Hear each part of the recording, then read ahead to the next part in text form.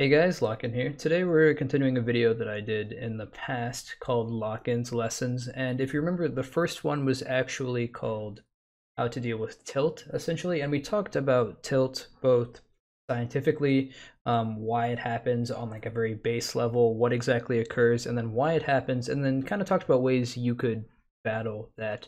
And if you haven't watched it, I would advise you 100% to go back and watch it again because all of these videos will stack on each other, and ideally you should watch the series in order for the maximum amount of gain out of these videos. But if not, and you're just going to watch this video on its own, or you've already watched it, then let's get into what this one is.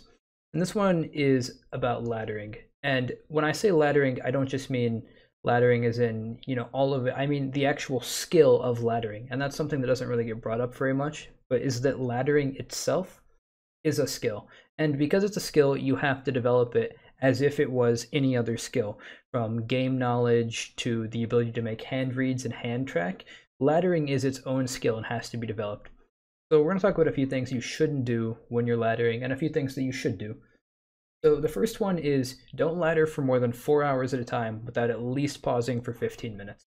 If you're going to sit down and ladder for a very long period of time, for whatever reason, please pause between long periods of time. It doesn't even have to be 4 hours. 4 hours is kind of pushing it a little bit, but at some point you should stop and get up, maybe even after 2 hours, just for 5 or 10 minutes, get up, walk around, maybe get something to drink, use the bathroom, walk your dog, do some push-ups, whatever you have to do to fully reset yourself, do so.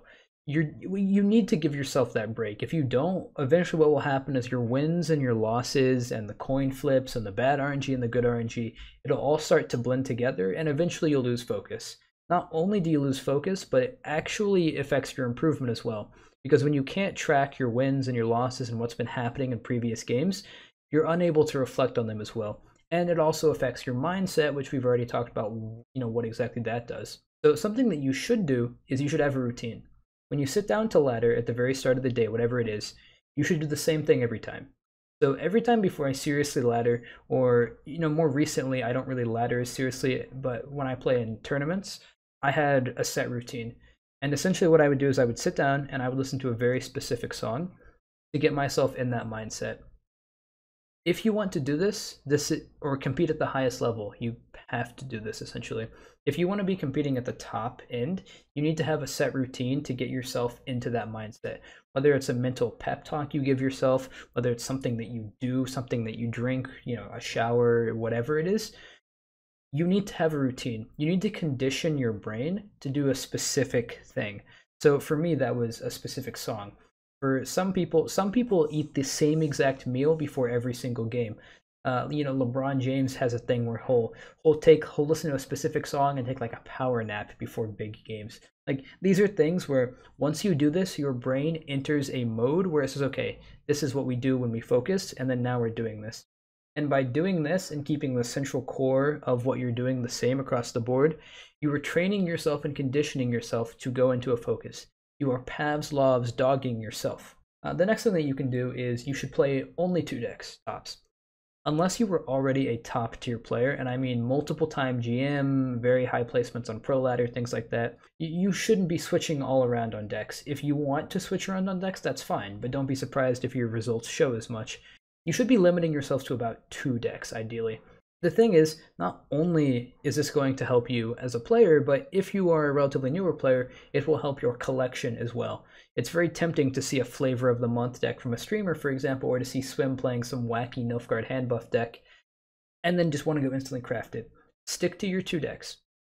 Ideally, you would stick to 1, but there are limiters. For example, Ocean Mud comes to mind. Ocean Mud is a phenomenal player.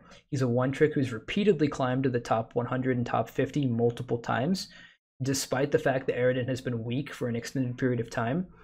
But when Aridin gets super weak, Ocean Mud has to rely on his own skill and outskilling his opponent.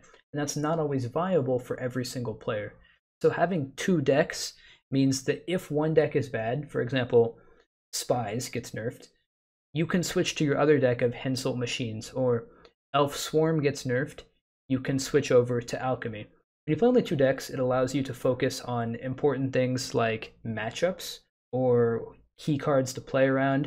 It It allows you to focus on subtle things that you might miss, like which insult target you want to be using and how to properly set that up, or what row to frost, things like that. These help you if you don't have to worry about the actual deck itself.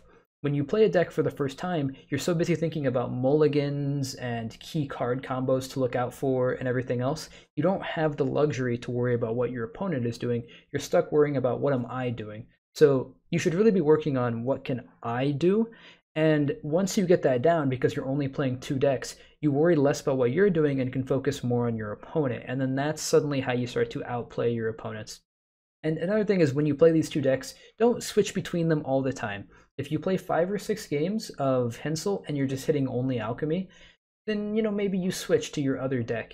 But don't switch between every other game because you disliked the last matchup you queued into. There's a reason that one tricks or mains climb in these games, and that's because they're focusing on themselves and they're not worried about the deck. They're worried about their improvement and what their opponent is doing, not trying to learn exactly what their deck is doing. And the last thing is, and this ties into the previous video, is laddering is a skill, and just like tilt is something that you can control, is how good you are at laddering, and you can't tilt. If you're going to be laddering and you find yourself starting to climb and you're doing really, really well, and then you suddenly drop 3 games, you should probably step away.